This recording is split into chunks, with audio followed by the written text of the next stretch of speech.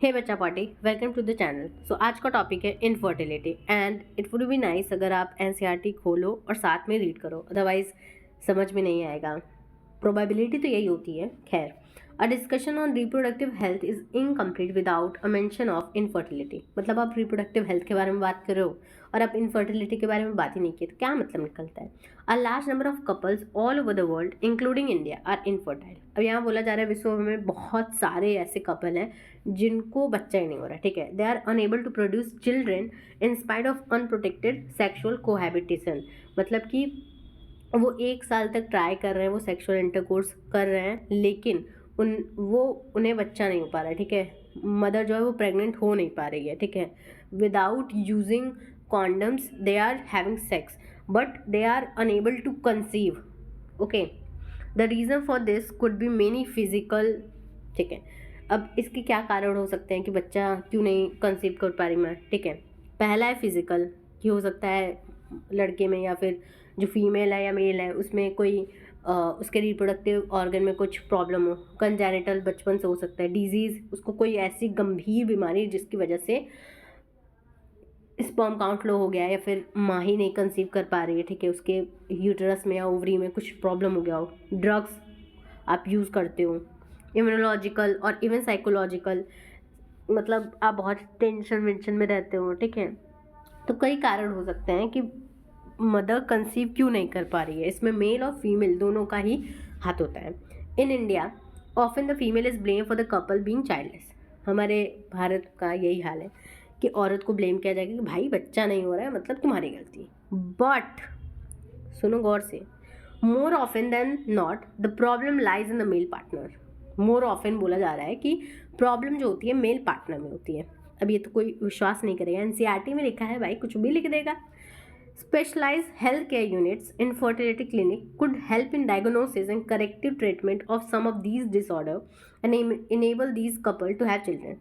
तो कुछ health care unit है जैसे इनफर्टिलिटी क्लिनिक कहते हैं, इनका ये काम होता है कि ये अगर बीमारियां कुछ हैं जिसे ट्रीट किया जा सकता है उसको वो डायग्नोज करती हैं और उनका करेक्ट ट्रीटमेंट देती हैं। ठीक है, जिससे इन कपल को चिल्ड्रन हो सकते हैं, मतलब बच्चे हो सकते हैं अगर कुछ परेशानी है जिसे ठीक किया जा सकता है। However, where such correction are not possible, जहाँ पे ऐसी करेक्शंस नहीं की जा सकती हैं, the couple could be assisted to have children through certain special technique commonly known as assisted reproductive technology।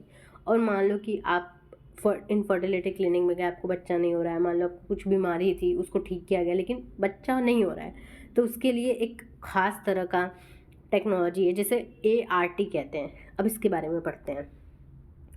In vitro fertilisation, IVF, नाम सुने होंगे, IVF बहुत महंगा होता है। Fertilization outside the body in almost similar condition as that in the body.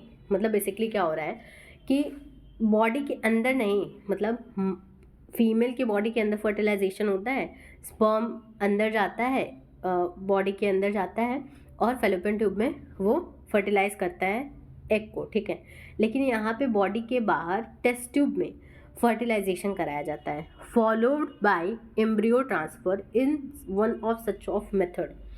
फिर क्या किया जाता है, फर्टिलाइजेशन हो गया, जाइगोट बन गया, फिर एम्ब्रियो बन गया। ठीक है, अब उस एम्ब्रियो को बॉडी के अंदर, माँ के बॉडी के अंदर ट्रांसफर किया जाता है।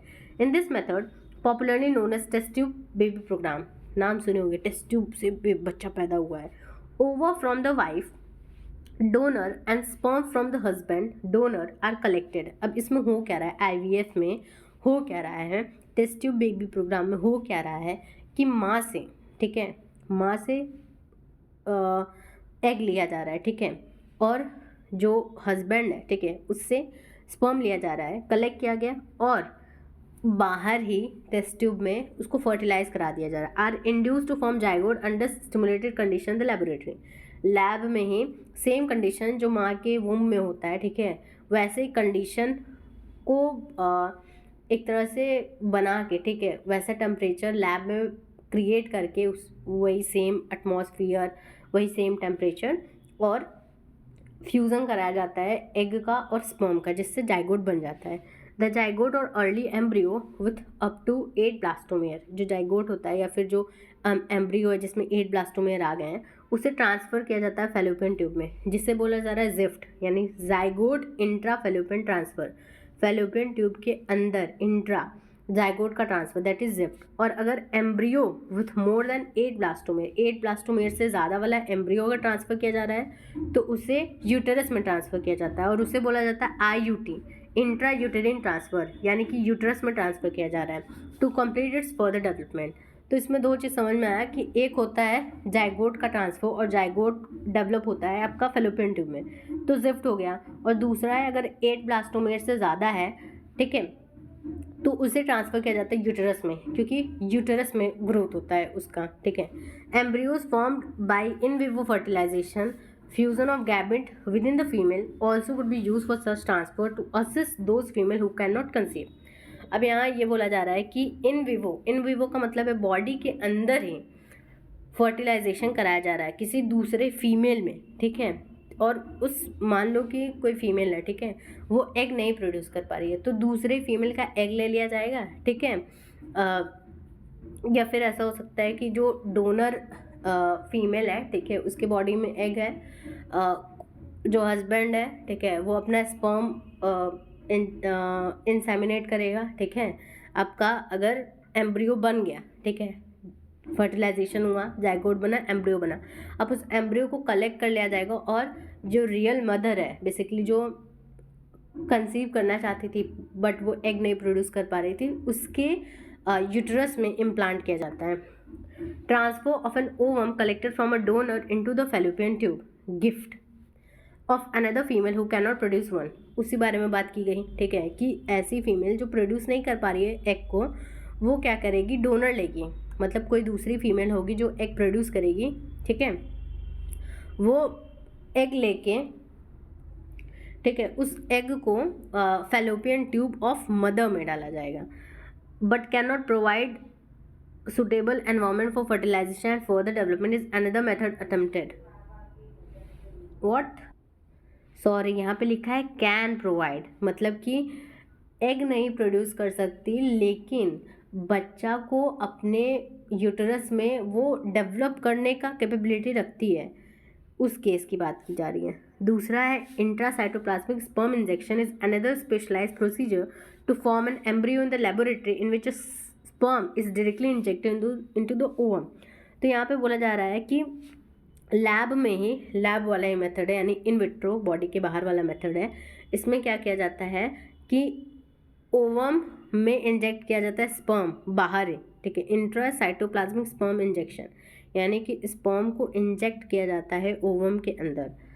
Infertility cases either due to inability of the male partner. अब पूछोगे कि भाई इनफर्टाइल क्यों है, आखिर क्या प्रॉब्लम है, तो हो सकता है मेल पार्टनर जो है इंसेमिनेट नहीं कर पा रहा है फीमेल में, ठीक है, मतलब जो उसका जो फ्लूइड है, ठीक है, वो इजैकुलेट करके फीमेल के बॉडी के अंदर नहीं इंसेमिनेट कर पा रहा है, बेसिकली उसके रिप्रोडक्टिव ट्रैक में इंजेक्ट नहीं कर पा रहा है, ठीक है, जो सेमिनल फ्लूइड है, और due to very low sperm count in the ejaculate, और या फिर हो सकता है इजैकुलेशन हो रही हो तो उसमें स्पर्म का काउंट बहुत लो आ रहा हो, ठीक है, 200 से 300 मिलियन होता है बट हो सकता है बहुत कम हो।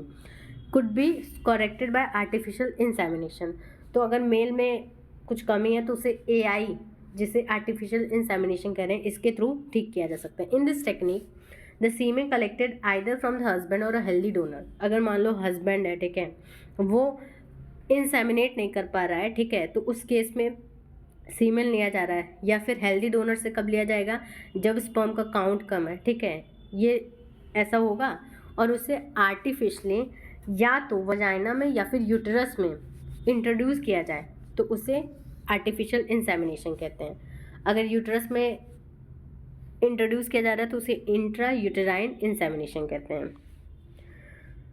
तो ऑप्शंस आर मेनी, ऑप्शंस तो कई हैं कि क्या क्या करना है भाई, क्लिनिक में जाओ, ये सारे जो मेथड हैं ये सब अपनाओ। All this technique require extremely high precision handling by specialized professional.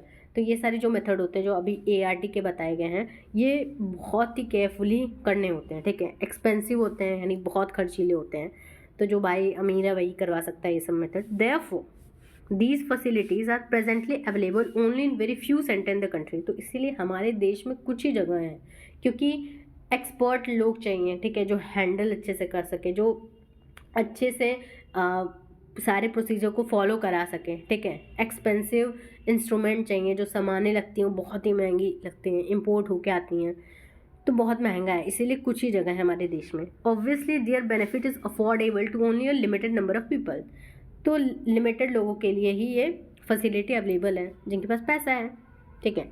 Emotional, religious and social factor also deterrent in the adoption of these method, ठीक है। Since the ultimate aim of all these procedure is to have children. अब ये सारे method का वो क्या है, मुद्दा क्या है कि बच्चे हों, ठीक है। In India we have so many orphan and destitute children, मतलब हमारे देश में कई अनाथ बच्चे हैं who would probably not survive till maturity, हो सकता है जो कि मेच्योर भी ना हो पाए, ठीक है। अनलेस टेकन केयर ऑफ, अगर देखभाल ना हो तो हो सकता है उनको खाने के लिए 2 वक्त की रोटी नहीं है, बीमारी अगर हो जा रही है तो हेल्थ फैसिलिटी नहीं है। Our laws permit legal adoption, ठीक है। तो हमारे देश में कानून है कि आप अडॉप्ट कर सकते हो लीगली, ठीक है। बच्चा अडॉप्ट कर सकते हो, आप गोद ले सकते हो। And it is as yet one of the best method for couple looking for parenthood, तो ऐसा कपल जो कि माता पिता बनना चाह रहा है, ठीक है, तो वो अडॉप्ट कर लें। ये बेस्ट मेथड्स में से एक बहुत ही अच्छा मेथड है कि आप अडॉप्ट करो बच्चों को। बट ऐसा होता है कि अपना खून चाहिए, अपना खून चाहिए, in that cases people don't adopt, but adoption I think is the best method. So yeah.